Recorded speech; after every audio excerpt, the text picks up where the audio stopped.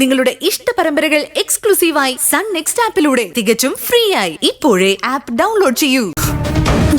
അമ്പട കള്ള, പെങ്ങളുടെ മുൻപിൽ എന്താ അഭിനയം!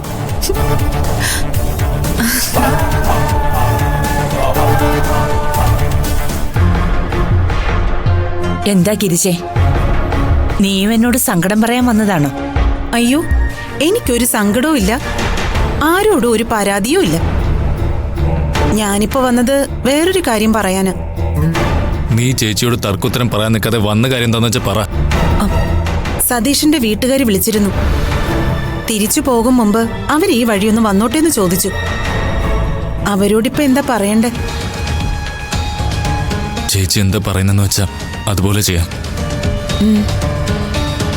ചേച്ചി, ശ്രേയ മോക്ക് കല്യാണം ആലോചിച്ച പയ്യന്റെ വീട്ടുകാരും പയ്യനും എല്ലാം അവരുടെ തറവാട്ടിലുണ്ട്. 2 ദിവസത്തെ ഒരു ട്രിപ്പിന് വന്നതാ അവര്. തിരിച്ചു പോകും മുമ്പ് ഔപചാരികമായി പെണ്ണ് കാണാൻ അവര് വരട്ടേന്ന് ചോദിച്ചു. ഇതാണോ വലിയ കാര്യം?